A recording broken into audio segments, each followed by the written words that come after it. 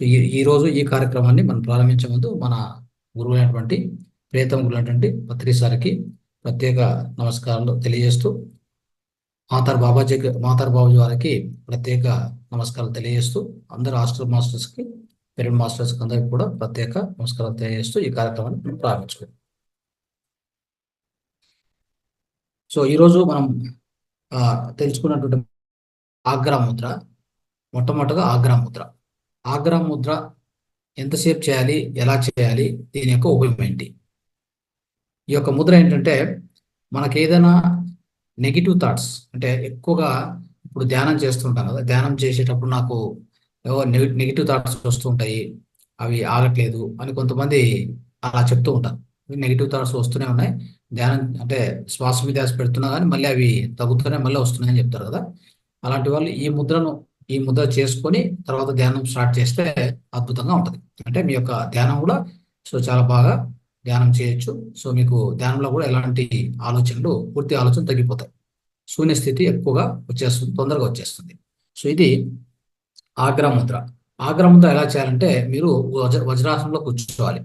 Okay, వజ్రాసనంలో కూర్చోవాలి. కూర్చున్న తర్వాత మన యొక్క రెండు చేతులు కూడా ఈ భుజాలకు సమాంతరంగా ఇట్లా పెట్టాలి. ఓకే, ఇట్లా చూడండి, ఎలా పెట్టాలి కరెక్ట్గా మీకు చూపిస్తాను ఒకసారి.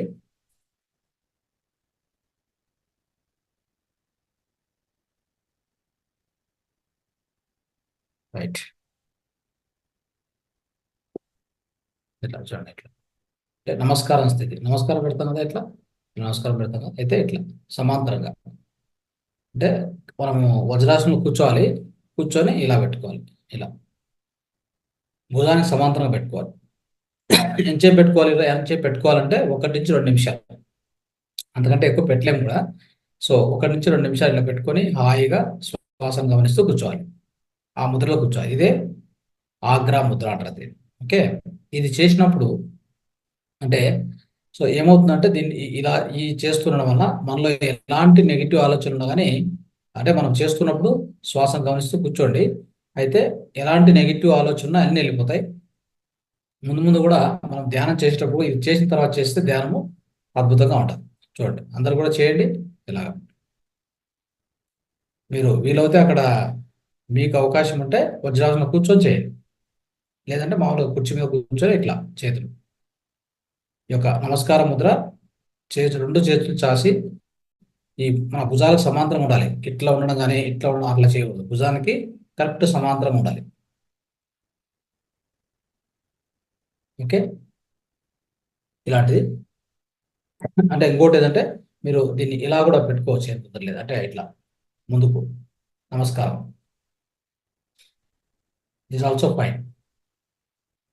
ఇలా పెడితే ఇంకా శక్తివంతంగా ఉంటుంది. ఇలా చేయండి. అంటే నమస్కారం వచ్చేసి ముందుకు తీసుకొచ్చాం. మామూలుగా నమస్కారం అంటే మనం స్ట్రైట్గా పెడతాం కదా, అట్లా కాకుండా 2 చేతులు చాచి ఈ నమస్కారం స్థితిలో పెట్టడం. ఇది ఆగ్రా ముద్ర. ఓకే, సో దయచేసి దీన్ని చేయండి, ఇది అద్భుతంగా పనిచేస్తుంది.